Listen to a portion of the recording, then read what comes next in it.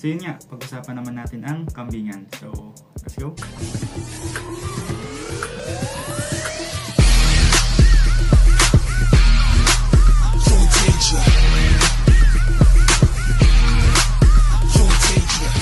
So yun nga, nag-decide ako na i-close na yung kambingan and maraming salamat sa mga bumili at sa mga naging kaibigan natin.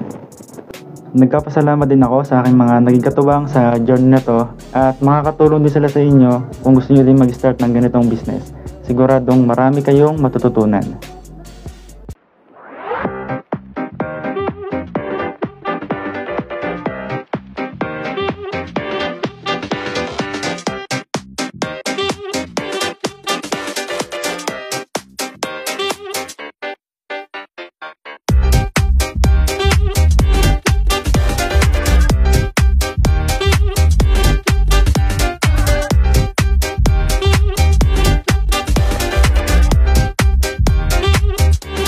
So yun nga, hanggang dito na lang.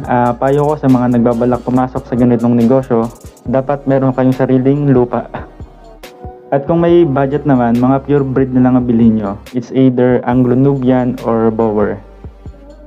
Kung magpapalaga naman kayo, mas maganda wag na sa kapamilya. Pero kung family oriented naman kayo, okay lang.